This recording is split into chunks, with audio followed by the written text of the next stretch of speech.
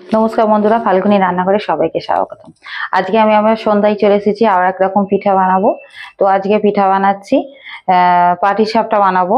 তো পাটিসাপটা শুধু সন্দেশ দিয়ে বানাবো না, তো আজকে আমি একটু সুজি নিয়েছি। তো সুজিটাকে আমি হালকা গরম করে মিক্সিতে ঘুরিয়েছি, এক পাক ঘুরিয়ে নিয়েছি। তো এই দেখো মিহিটা হয়েছে, খুব মিহি হবে না আর খুব দানাটাও থাকবে না। তো আমি সুজিটাকে দিয়ে আমি পুরটা বানাবো, আর তাতে একটু সন্দেশ আছে, সুজি আর সন্দেশের আমি পুরটা বানাবো। আর তার সঙ্গে আছে একটু, এটা ময়দা নিয়েছি, এটা চালের গুঁড়ি আছে, আর এটা আছে খেজুরের গুড় আছে, দু রকম, একটা লাল আছে একটু সাদা আছে। আর সেটা বানানোর জন্য একটু দুধও লাগবে, পাটিসাপটা বানাবো তো দুধ লাগবে, তা দুধ নিয়েছি। বন্ধুরা, সুজির পুরটা বানিয়ে নেবো, তার জন্য আমি কড়াটা চাপিয়ে দিলাম। তো কড়াটা গরম হলেই আমি একটু তাতে একটু ঘি দেবো। প্রথমে ঘিটি কিছু দিইনি, সুজিটা এমনি শুকনো ভেজেছিলাম, তো একটু আমি ঘি দেবো। এইটুকুনি ঘি দিলেই হবে, বেশি দেওয়ার দরকার নেই। এই যে খুব সুন্দর একটা সেন্ট বেরোবে ঘিটা দিলে। বন্ধুরা, আমি সুজিটা একটা 10 টাকা প্যাকেট নিয়েছি, তো সেখান থেকে আমি কিছুটা রেখে দিয়েছি, কিন্তু পুরোটা নিইনি, তাই এই 1 বাটি মতন হবে সুজিটা। তো আমি এই সুজিটা এবার ঘিটার মধ্যে দিয়ে দেবো।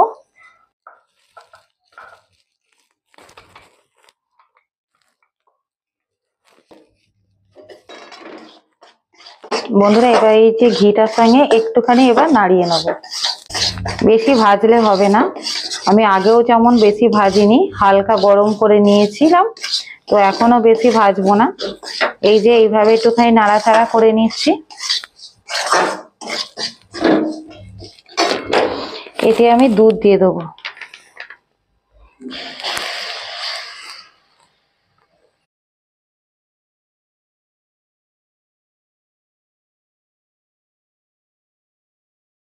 সামান্য একটুখানি নুন, যেহেতু সুজি, সামান্য একটুখানি লবণ দিলাম। এবার একটু জল দেবো আমি। তো এবার এই সুজিটার মধ্যে আমি একটু গুড় দিয়ে দেবো, খেজুরের গুড় পাটালি যেটা নিয়েছিলাম।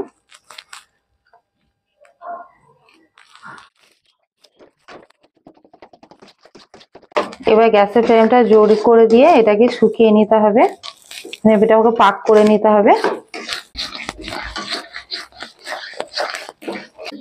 বন্ধুরা, এ দেখুন, আমি এখানে 200 গ্রাম সন্দেশ নিয়েছি। তো এবার সন্দেশটা এই সুজিটার সঙ্গে আমি মিক্স করে দেবো।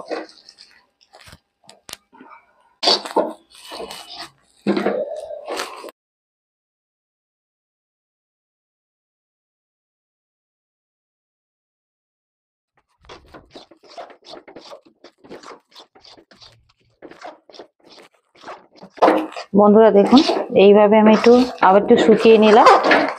এবার এই যে পাকটা হয়ে গেছে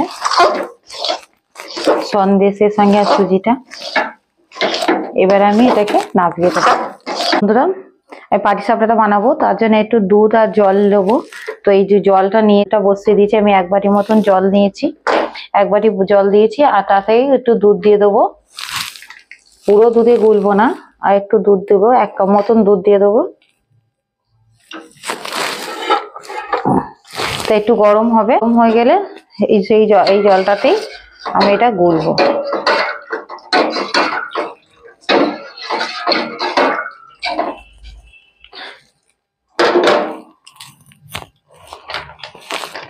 এই দুধটা আর দুধ আর জল যেটা নিয়েছি সেটা গরম অবস্থাতে আমি গুড়টা দিয়ে দিচ্ছি।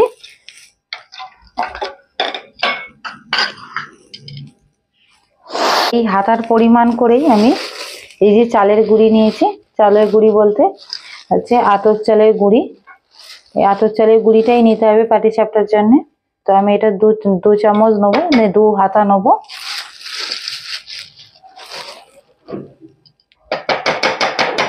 এবার একই পরিমাণে আমি ময়দাটা নেবো।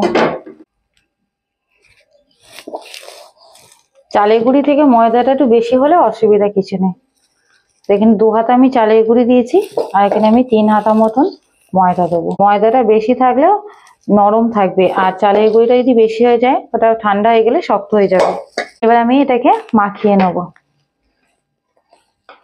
আর ব্যাটারটাকে খুব পাতলা করলেও হবে না,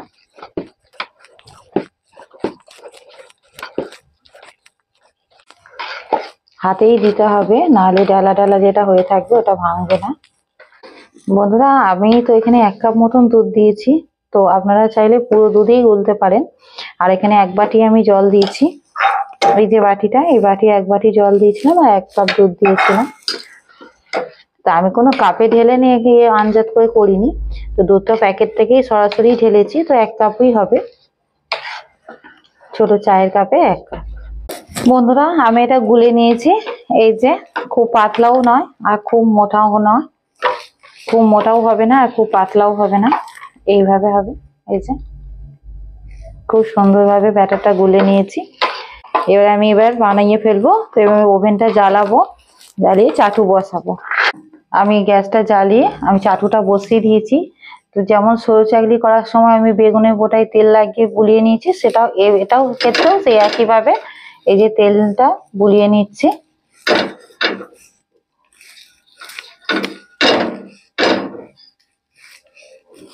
বন্ধুরা এই দেখুন এরকম 1 হাতা দিয়ে দিলাম। আমি আবার নিয়েছি এটিএম কার্ড।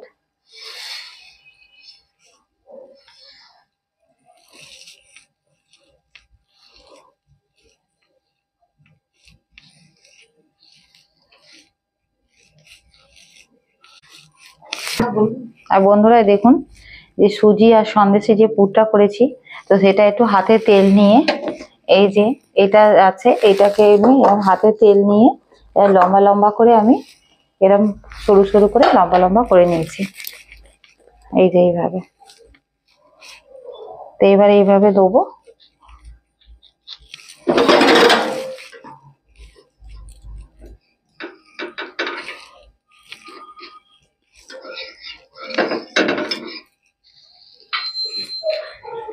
এইভাবে আস্তে আস্তে করে উল্টে দেবো।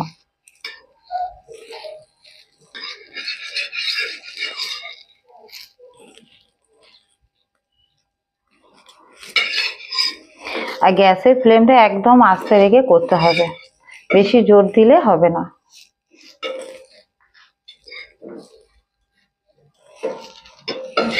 বন্ধুরা আমি একটু পাটিসাপটাটাকে একটু ঘি দিয়ে ভেজে নেব।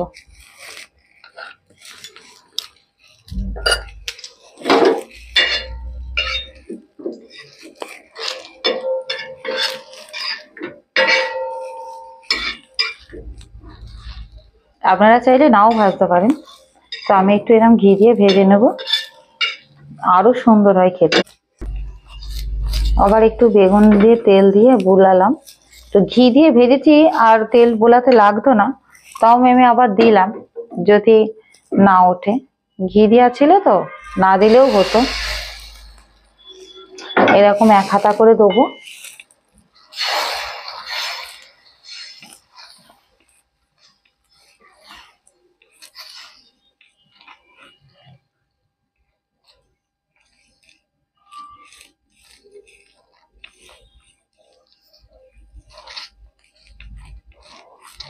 আমি আবারও বলছি, আপনারা যদি না ঘি দিয়ে ভাজেন তাতেও হবে, সাদা তেল যদি মনে করেন যে সাদা তেল দিয়ে ভাজবো তাতেও হবে, আর যদি নাও ভাজেন তাতেও হবে।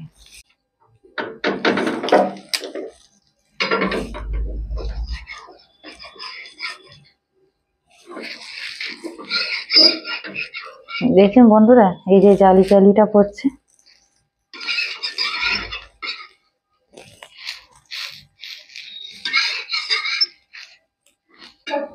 বন্ধুরা এখন তো খেজুরি গুড়ের সময়, তো খেজুর গুড়টা দিয়ে পাটিসাপটা খেতে বেশি ভালো লাগে। আর অন্য সময়তেও কিন্তু পাটিসাপটা খাওয়া যায়, আর চালের গুঁড়ি তো সব সময়তেই পাওয়া যায়, আর না হলে তো এখন মিক্সিতে তো আতর চাল একটু বেটে নিলেই হয়ে যায়। আগে বলবো বন্ধুরা এই দেখুন আবার একটা হয়ে গেছে। বন্ধুরা আতর চালের গুঁড়ি বা গোবিন্দভোগ চালের গুঁড়ি আপনারা যেটাই যার পছন্দ যেরকম হবে তো নেবেন। বন্ধুরা আমি এরকম ভাবে পাটিসাপটা সব বানিয়ে ফেলেছি, এই দেখুন আর একটু মানে লালচে ভাব হবে গুড়ের জন্য, খেজুরি গুড়ের জন্য এটা লালচে লালচে পাটিসাপটাটা হবে। আপনারা চাইলে যদি গুড় না খান তো সাদা মানে চিনি দিয়ে করতে পারেন। তো আমি তো গুড় দিয়ে বানিয়ে ফেললাম পাটিসাপটাটা। ফাল্গুনী রান্নাঘরে সবাই আপনারা দেখছেন। বন্ধুরা, পাটিসাপটাটা আমি যেভাবে বানালাম সুজি আর সন্দেশের পুরটা দিয়ে, আপনারা অবশ্যই বাড়িতে একবার ট্রাই করুন, বানাবেন। আর বন্ধুরা, ফাল্গুনী রান্নাঘর অবশ্যই সাবস্ক্রাইব করবেন, লাইক করবেন, শেয়ার করবেন। ধন্যবাদ।